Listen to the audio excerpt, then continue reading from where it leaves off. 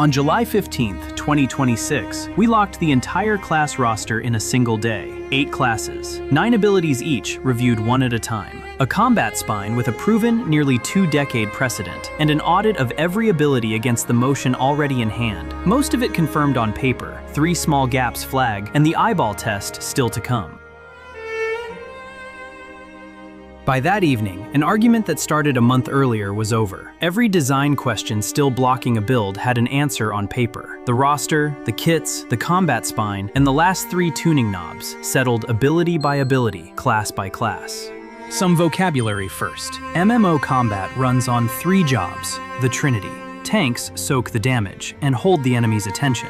Healers keep everyone standing. DPS, damage per second classes, actually kill the thing. Darkerlight's combat is tab target. You select an enemy and fire abilities on a shared rhythm. A design locked early because it's fair under real internet latency and stays legible in a castle-scale brawl. The roster grew in steps, each recorded in the changelog. June 16th, 2026. 3 classes, 1 per Trinity roll, the minimum that proves combat works. Later that same day, 5, splitting damage into melee, ranged physical, and ranged magic. July 6th, a founder ballot session locked the big interlocking rules around them: death penalties, loot, grouping.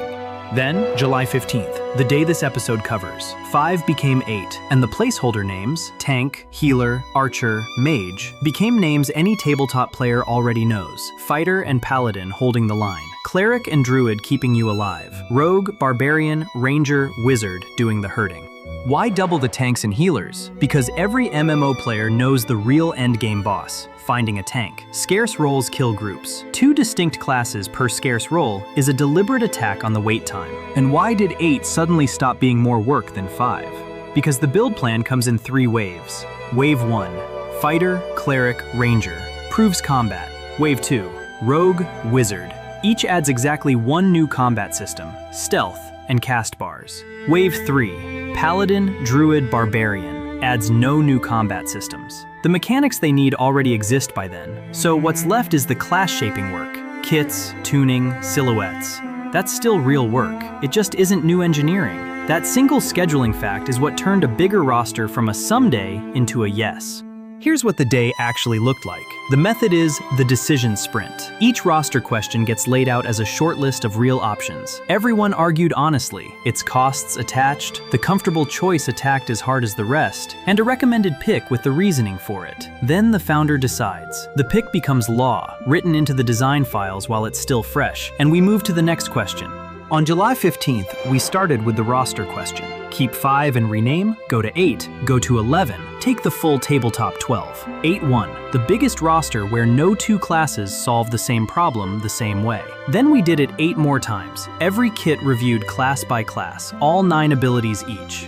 Every kit obeys 1 frame.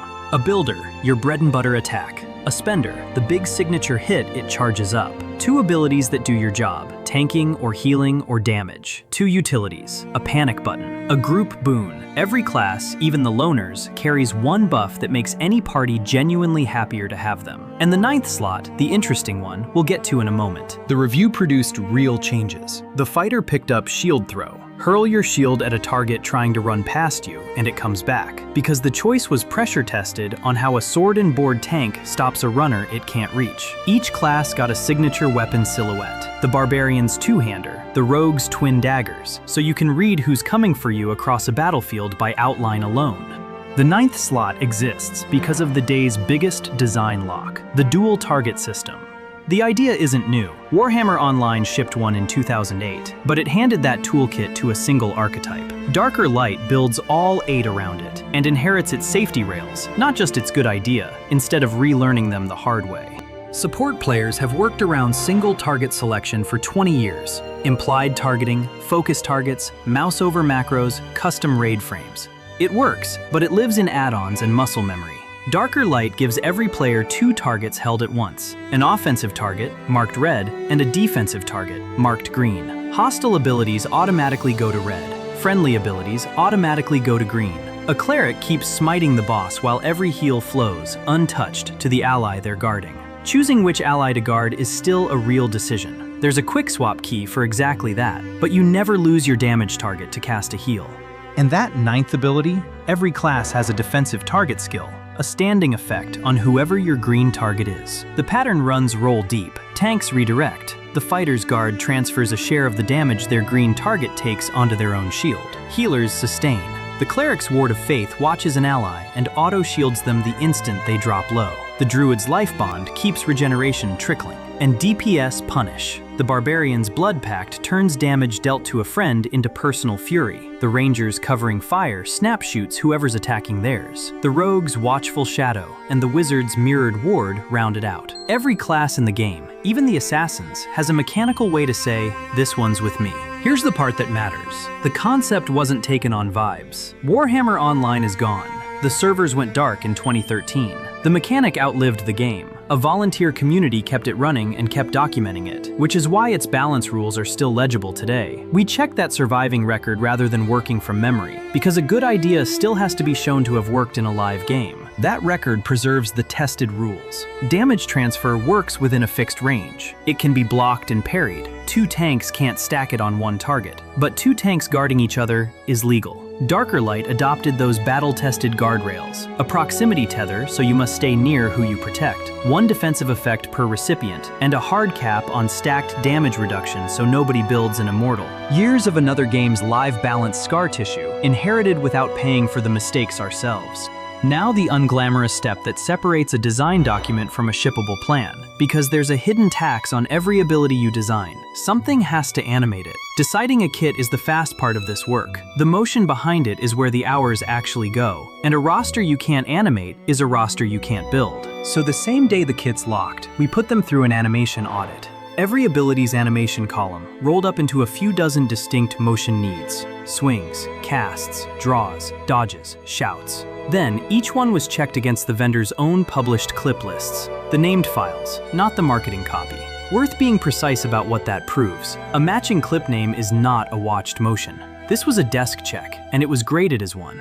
The result? The vast majority confirmed outright, a handful more likely, and 3 that nothing in the libraries covers cleanly. A pointing gesture, a horn call, a knife flourish. The plan for those 3 is to retime and blend clips that already exist. That's a plan, not a result. Whether it survives contact with a rig is the next episode's problem. The constraint the roster was designed to respect. Every ability has to be buildable from motion the project already has, or it doesn't make the cut. Keep those 3 little gaps in mind. In the next episode, they get built and rendered, and the audit itself gets caught in an honest mistake.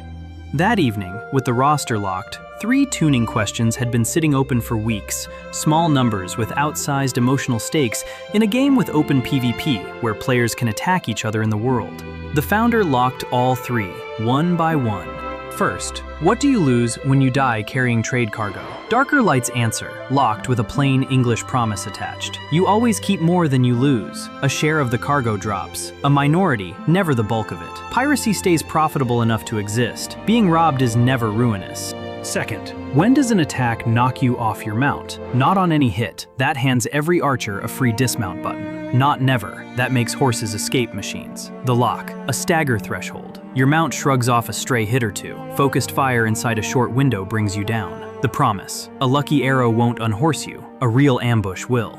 Third, does your equipment degrade? The lock is called wear and retire. Gear wears from use, never from dying. And repairs are cheap, but each one shaves a little off its maximum lifespan until the item finally retires. It warns you when it's old and never shatters mid-fight. The promise, gear is never taken from you. It wears out like real tools. Underneath, dying is never why you lost your sword, and crafters have honest work forever. 3 promises. And like every promise in this series, there claims the show is now on the hook to prove when the system runs, not accomplished facts. With those 3 locked, the changelog recorded the milestone this episode ends on, version 1 design. Decision complete. Every blocking design question answered on paper, each still to be proven in a build.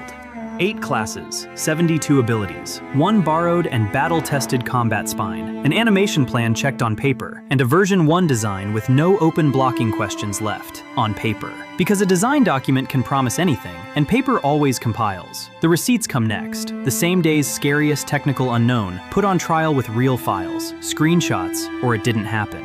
The game is Darkerlight. This is the record of it being made.